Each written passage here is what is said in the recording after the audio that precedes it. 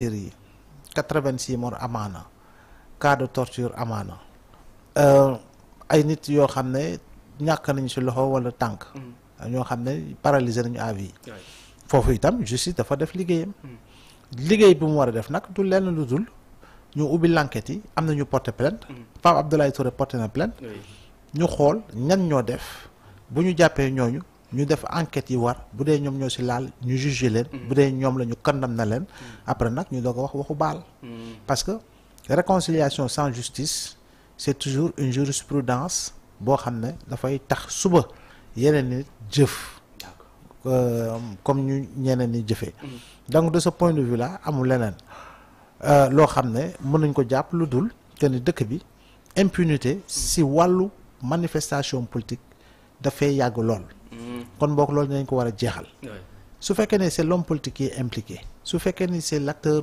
beneen bu mu impliqué su fekkee c'est le citoyen c'est le militant yoon def liggéeyam et puis on situe les responsabilités parce qu'on ne peut pas avoir autant de morts en 4 ans parce que pour la première fois dans l'histoire politique du Sénégal ñu am crise bu yàggee nii musul am non c'est la première fois c'est la première fois qu'on a vécu une crise qui a duré de 2021 à 2024 on ne l'a jamais eu dans l'histoire politique du Sénégal c'est la première fois voilà donc de ce point de vue donc loolu nag dañuy ñaan mu bañati am Sénégal pour mu bañati am Sénégal nag foofu ñu seet les coupables voilà situer les responsabilités ku mu munti doon ak foofu far nag ñu situer les responsabilités yoon bu dalee sa kaw ñu xam ne yaa tooñoon ba pare ñu suñu pare nag ñu jàll ci leneen mais terewul loolu bu ñu ko lancé woon tam terewul nii dañuy xëy di liggéey parce que justice chaque jour mi ngi jugé de condamné te nit yi ñu ngi liggéey donc on peut parler de réconciliation pour sans autant bañ a justice bañ a am lu muy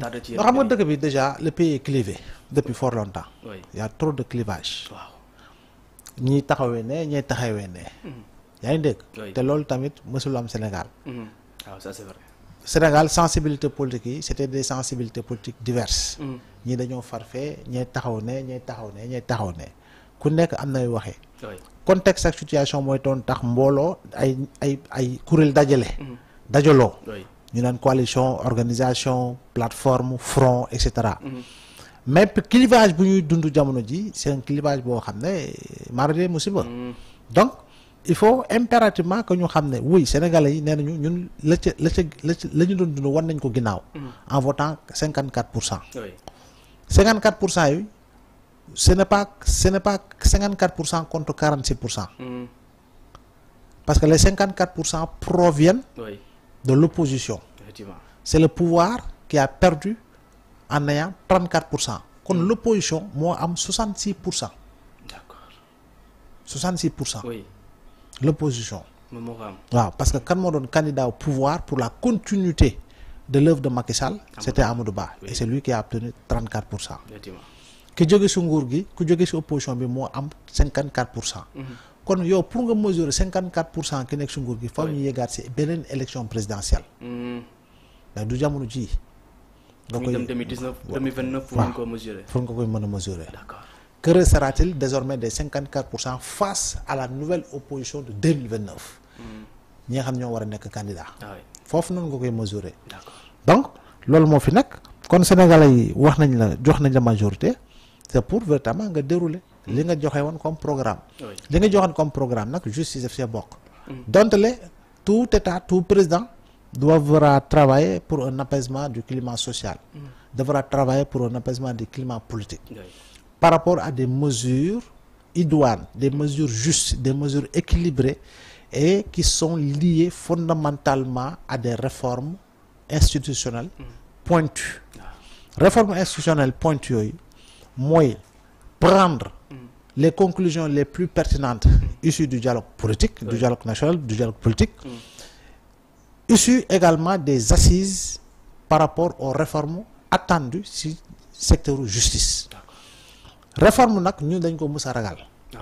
lu tax ñu ragal ko parce que celui qui arrive au pouvoir souvent day bañ laal yenn textes yi te ñun on a besoin de réformer des textes je ne dis pas les textes mais des textes pour que d'ici 20 ans d'ici 30 ans on ne touchera plus à ces mêmes textes là il faut également que ñu jëm ci réformer la constitution. La constitution. Par voie référendaire ou par voie parlementaire. D'accord. Pourquoi je le dis? Parce que il n'y a pas que l'article 27 moo am importance ba ñu karnaat ko. Il y a d'autres articles dans la constitution qui doivent également être frappés d'intangibilité yoo xam ne kenn dootu ko laalati. Et pas seulement sur la question du mandat. Parce que la question du mandat est importante au nom de la stabilité politique et sociale du pays. Mais il y a d'autres questions qui sont également importantes yoo xam ne fondamentalement war nañu ko waxtaane pour laal ci dara.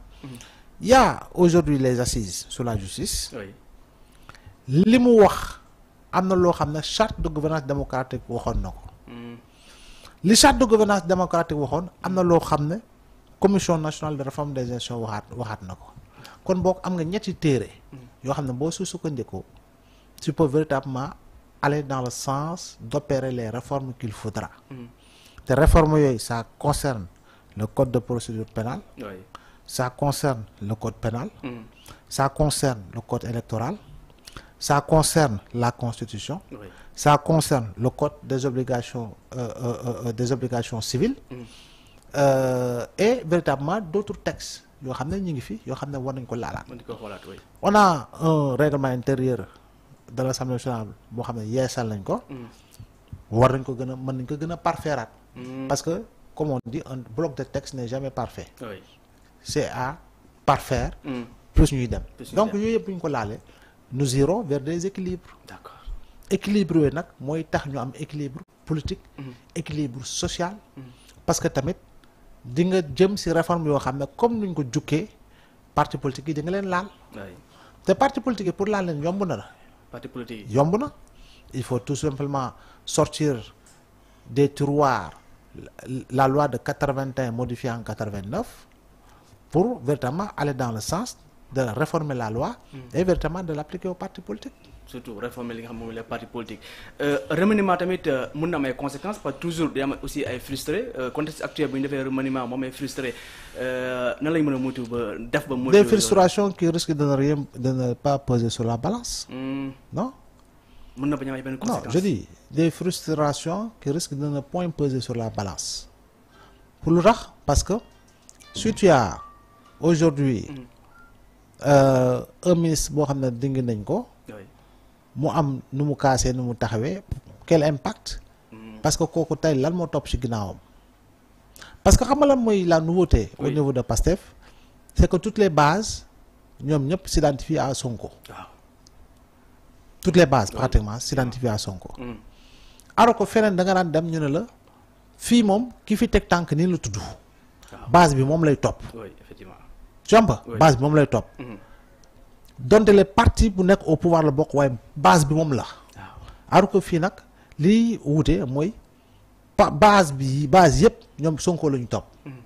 léegi nag bu fekkee dañ la dingi au bout de pratiquement 2 ans d'exercice.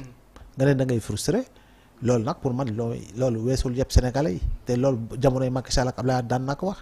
loolu ñu dingi la nga ne da ngay yuuxu ba say nit di taal pëna. dingi nañ fi ministre ay militant taal drapeau national. Oui. dindi ko militant waaw drapeau national ñu taal ko mais loolu yeeweesul yëpp Sénégalais yi. parmi 18 millions de Sénégalais. wala boog sax soo ne li ëpp boog am mën a occuper poste.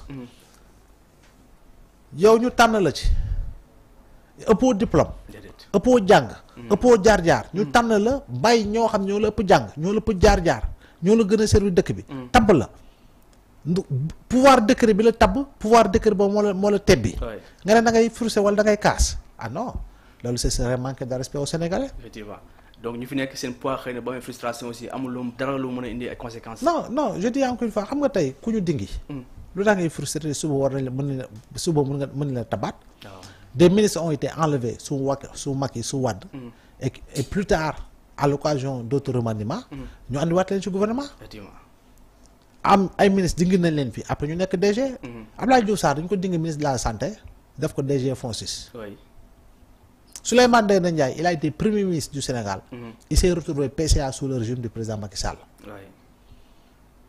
Donc c'est pas parce que yow da nga mais Elisabeth Borne bu France. Elle a été première ministre emportée par une motion de censure. Oui. Mais actuellement, elle est ministre. Elle, celle qui a été première ministre, actuellement, elle est ministre dans le gouvernement.